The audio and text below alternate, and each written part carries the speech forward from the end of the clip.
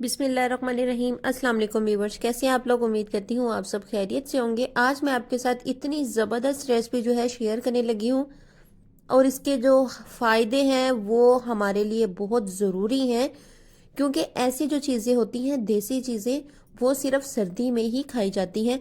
तो आप इस रेसिपी से ज़रूर फ़ायदा उठाइएगा, क्योंकि ये हमारे हड्डियों के लिए, कमर के लिए, आँखों के लिए, बालों के लिए बहुत ही फ़ायदेमंद है। ये जी है हल्दी। हल्दी जो है आजकल बाजार से बहुत ही इजीली अवेलेबल है।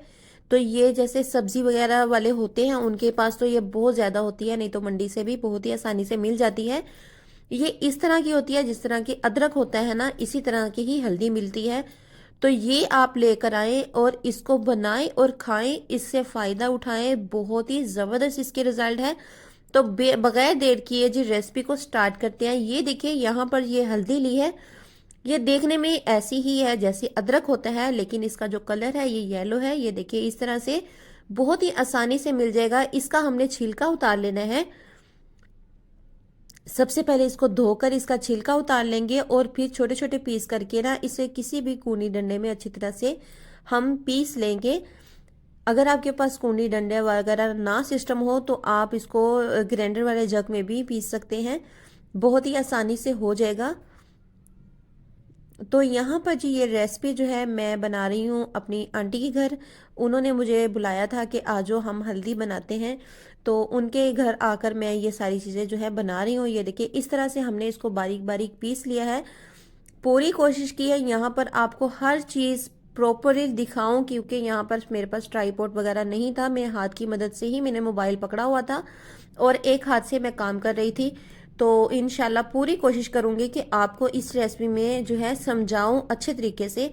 तो ये देखिए यहाँ पर इस तरह से मैंने इसको पीस कर अलहदा से रख लिया था और दूसरी कढ़ाई में मैंने लिया है जिसको हम फूल मखाने कहते हैं, ये लिया था 50 ग्राम।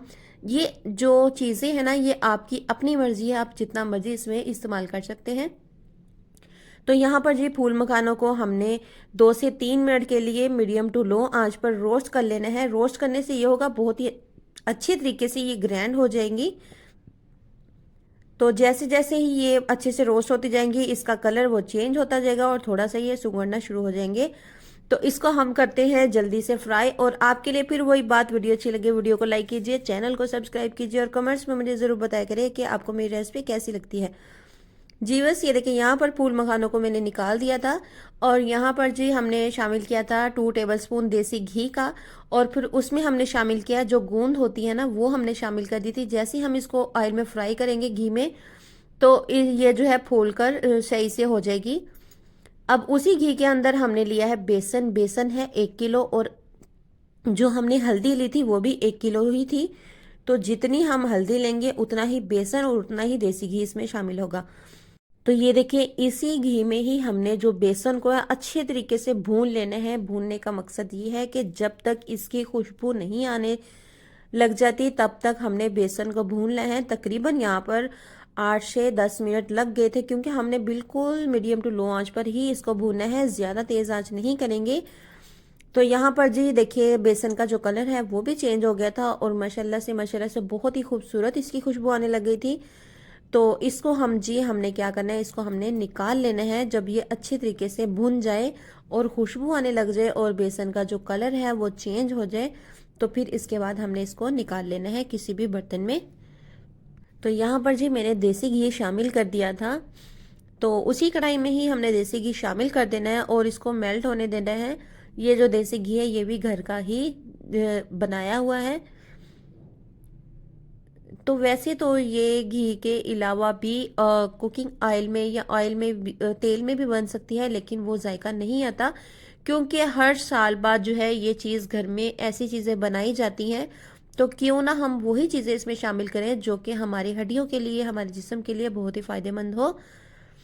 तो ये देखिए यहाँ पर जो है हमने घी को अच्छे से मेल्ट कर लेना है। आपको पता है कि हल्दी के बेशुमार फ़ायदे हैं। हल्दी को अक्सर ही ऐसा होता है जिनके दर्द हो या कोई चोट लगा हो तो उसको अक्सर ही नीम गर्म दूध में डालकर हल्दी दी जाती है। तो ये देखिए यहाँ पर जो है घी को हम अच्छे से कर लेंगे मेल्ट। आपने इस रेसिपी से ज़रूर फ़ायदा उठाना है। अब इसके अंदर जी शामिल किए हैं हमने किशमिश। किशमिश जी कितनी थी, यहाँ पर तकरीबन 4 से 5 टेबलस्पून किशमिश थी। ये मेवे वगैरह जितने भी हम शामिल करेंगे आप अपने हिसाब से शामिल कर सकते हैं, इसमें कोई मसला नहीं है। जब किशमिश फूल जाए तो इसके अंदर हमने जो हल्दी पीसी थी वो इसके अंदर शामिल कर देंगे। हल्दी जो है हमने इतनी इसके अंदर भूननी है घी के अंदर कि ये बिल्कुल कढ़ाई को छोड़ना शुरू हो जाए, क्योंकि इसके अंदर जो पानी होता है वो नीचे लगता है। तो इस वजह से इसका जो चम्मच है आपने चलाते जाना है, बिल्कुल भी नहीं रुकना, नहीं कहीं ये हल्दी जो है जल ना जाए। जब इसका पानी अच्छे से खुश्क हो जाएगा तो खुद ब खुद ही ये कढ़ाई को छोड़ने शुरू हो जाएगी। तो यहाँ पर जी थोड़ी सी वीडियो का मसला हो गया था। तो यहाँ पर मैं इसके अंदर शामिल किया है खोया, जो कि घर में ही बनाया हुआ था आंटी ने, तो वो खोया इसके अंदर शामिल कर दिया है। खोया कितना था ये आप लोगों की अपनी मर्जी है, आप जितना भी शामिल कर सकते हैं। तो उन्होंने तकरीबन आधा किलो के करीब खोया शामिल कर दिया था। तो ये देखिए अब इनको जो है अच्छे तरीके से हमने जी मिक्स कर लेना है। तो ये देखिए जितनी भी हम चीज़ें इसके अंदर शामिल करेंगे सारी फायदेमंद ही हैं।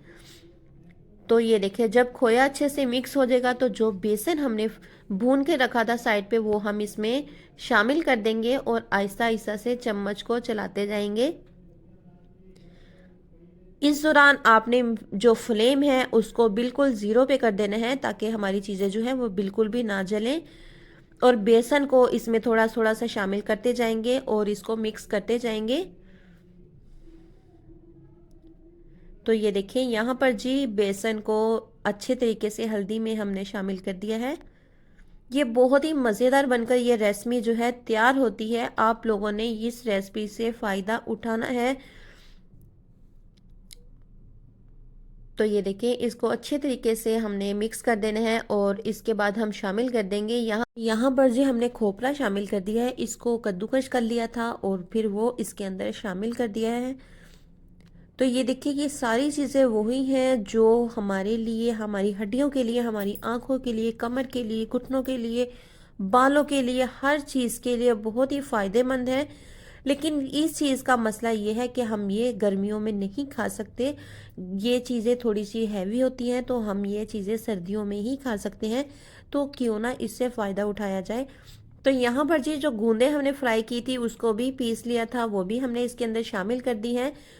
अब यहाँ पर जी 1 पाव बादाम थे और 1 ही पाव के करीब अखरोट थे, वो भी इसके अंदर हमने हल्का सा दरदरा पीस कर वो भी शामिल कर दिया है। और जो फूल मखाने थे उसको भी पीस कर वो भी हमने इसके अंदर शामिल कर दिया है।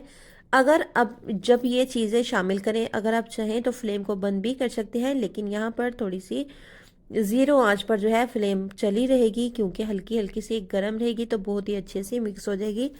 अब यहाँ पर ली थी चीनी। चीनी जो है हमने यहाँ पर 1 किलो लेनी है, लेकिन यहाँ पर जो है चीनी हमने 400 ग्राम शामिल की है।